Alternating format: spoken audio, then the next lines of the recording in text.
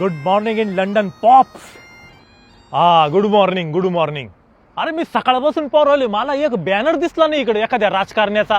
भाऊंना happy birthday, तात्यांना वाढदिवसाच्या शुभेच्छा, वहिनींना वाढदिवसाच्या शुभेच्छा. कोणाचा काही बॅनरच नाही इकडं. अहो इकडे तसं काही नसतं पप्पा.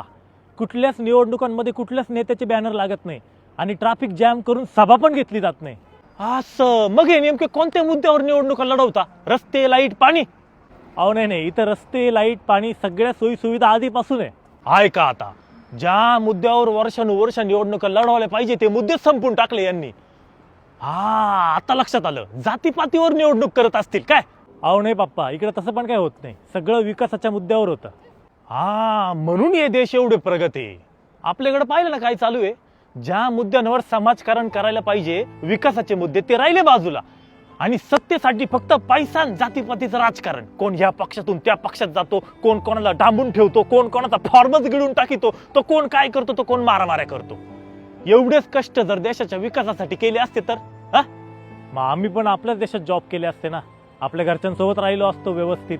अरे 150 वर्ष राज्य केले या गोऱ्यांनी आपल्यावर आणि आपण त्यांच्याकडून काय शिकलो?